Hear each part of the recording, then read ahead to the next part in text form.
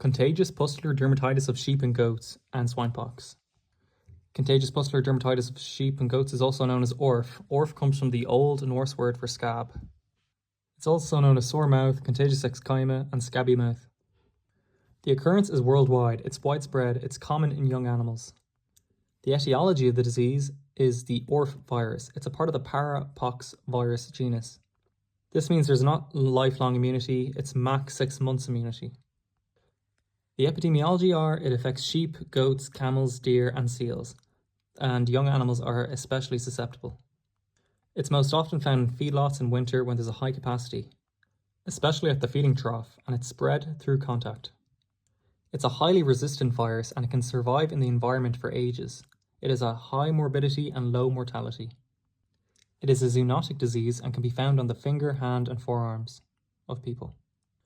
The pathogenesis of the disease is it is spread through contact, through skin lesions. In the skin lesions, there's a multiplication within the skin and mucous membranes, especially in the mouth, limbs, and udder. It is a local infection and there is no viremia. There are 7 stages: erythema, papule, vesicule, pustule, crust, and decrust, and these are the scabs. For the clinical signs, young animals are especially sensitive as there's no maternal immunity, and neonates are especially sensitive. The first clinical signs are seen on the mucocutaneous junction, so the lips, you can see hemorrhages, it's painful, and there's black and red crusts. It can infect the incisor teeth and buccal cavity too, and necrobacillus is a common secondary infection which is more severe than the virus itself. Secondly, it can affect the feet, especially around the coronary band, and this causes foot rot. And Dictyobacter nodosus is a secondary infection that causes foot rot. It can also affect the udder from lambs with lesions on their mouth, and this leads to crusts and scabs on the udder. Sometimes death can occur due to starvation, or the secondary consequences can be mastitis and lameness.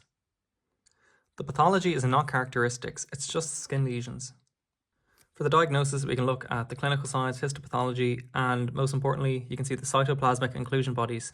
You can diagnose with a PCR, IF, and ELISA, and the differential diagnosis is foot and mouth disease. The treatment and prevention are preventing secondary infections through antibiotics and giving foot baths. And for prevention, you follow the epidemiology measures like closed herd, isolation, and biosecurity. There's a live vaccine for infected herds. It's a virulent virus vaccine. And then there's an attenuated vaccine for prevention. The next disease is swinepox. It occurs worldwide, but it's not an important disease in swine. The etiology is the swinepox virus, a part of the sweetpox virus genus. In the epidemiology, only pigs are susceptible, and it occurs when there's bad hygiene conditions. It grows only on porcine tissue.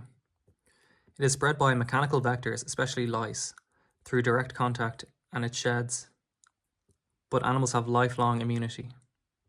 For the clinical signs, it affects animals younger than 2 months old. Adults are asymptomatic. It mostly causes local infections on the thin skin areas such as the thigh, ear, and belly.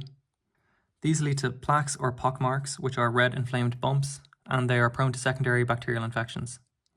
There can also be generalized symptoms, which these are rare, such as anorexia and mild fever. Animals can be infected at every age, and it can cause abortion in pregnant sows, but death is rare. And secondary bacterial infections can cause conjunctivitis, keratitis, otitis, meningitis, and pneumonia.